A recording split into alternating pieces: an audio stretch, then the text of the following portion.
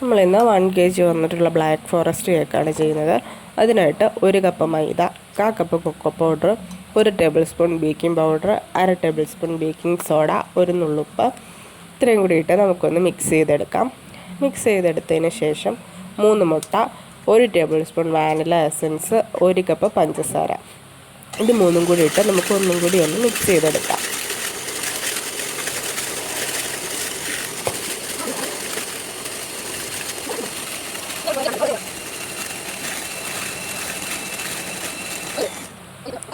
Mix ചെയ്തതിന് ശേഷം അരച്ച് വെച്ചേക്കുന്ന മിക്സ് നമുക്ക് കുറച്ചായിട്ടിട്ട് നമുക്കൊന്ന് ഇളക്കി കൊടുക്കാം. 2 തവണയൊക്കെ ആയിട്ടിട്ട് നമുക്കൊന്ന് ഇളക്കി കൊടുക്കാം. അതിനുശേഷം അര കപ്പ് പാലെടുത്ത് അതും കൂടി നമുക്കൊന്ന് മിക്സ് ചെയ്തെടുക്കാം. മിക്സ് ചെയ്തതിന് ശേഷം നമുക്ക് ലോ ഫ്ലെയിമിൽ 40 to 45 മിനിറ്റ് കേക്ക് ഒന്ന് ബേക്ക് ചെയ്തെടുക്കാം. ആ ടൈം കൊണ്ട് നമുക്കൊന്ന് ക്രീം ഒന്ന് ബീറ്റ് ചെയ്തെടുക്കാം. ക്രീം ബീറ്റ് ചെയ്തതിന് ശേഷം നമുക്ക് ഐസിങ് ചെയ്യാൻ തുടങ്ങാം.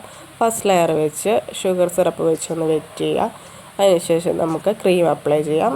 ക്രീം അപ്ലൈ ചെയ്തിട്ട് അതിൽ ചോക്കോ ചിപ്സും ചോക്ലേറ്റും കൂടി ആഡ് ചെയ്യുക.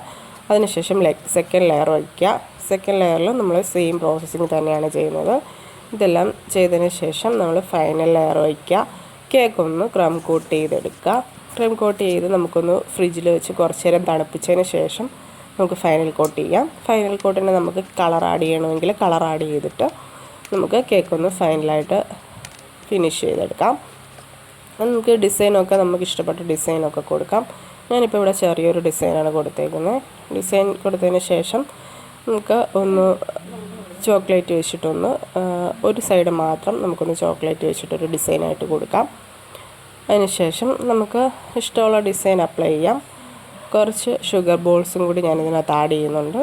ഷുഗർ ബോൾസും കൂടിയൊക്കെ വെച്ച് പേരും കൂടിയൊക്കെ ഒന്ന് എഴുതി നമുക്ക് കേക്ക് ഫിനിഷ് ചെയ്തെടുക്കാം.